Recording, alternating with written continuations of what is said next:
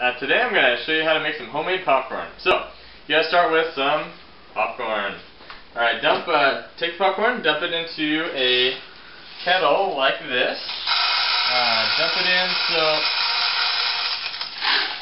it in so that it's about a single layer of kernels on the bottom of the pot. Okay? Then you're going to take some vegetable oil or canola oil, some kind of a thicker cooking oil, and you will pour that in just like so, just so there's kind of a thin layer that would cover all of the kernels. And I kind of like to just shake up the pot a little bit so that all the kernels get kind of coated with the oil a little bit. And then what you do is just turn your burner onto high, put the lid on, and make sure it's just cracked open just a little bit so that once the kernels start to pop, then it's able to let the steam out.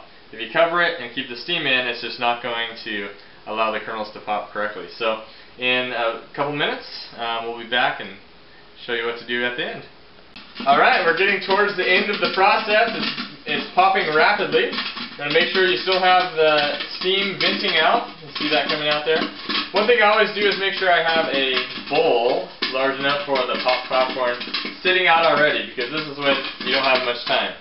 So once it gets up about maybe halfway or so, then the kernels will actually keep the popped ones from jumping out. So I take the lid off and start to shake it up, because you don't want the kernels just sitting on the bottom on the heat burning up. So shake it up just until, as long as these kernels still are popping. You hear them still popping pretty rapidly.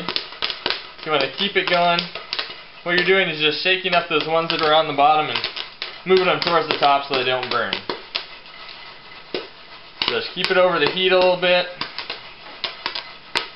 Keep shaking until you're getting down to where it's just barely popping. What you do is just turn off your heat.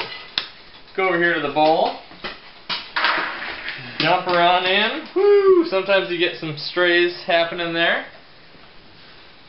And add some salt, some butter, and you're good to go. Enjoy.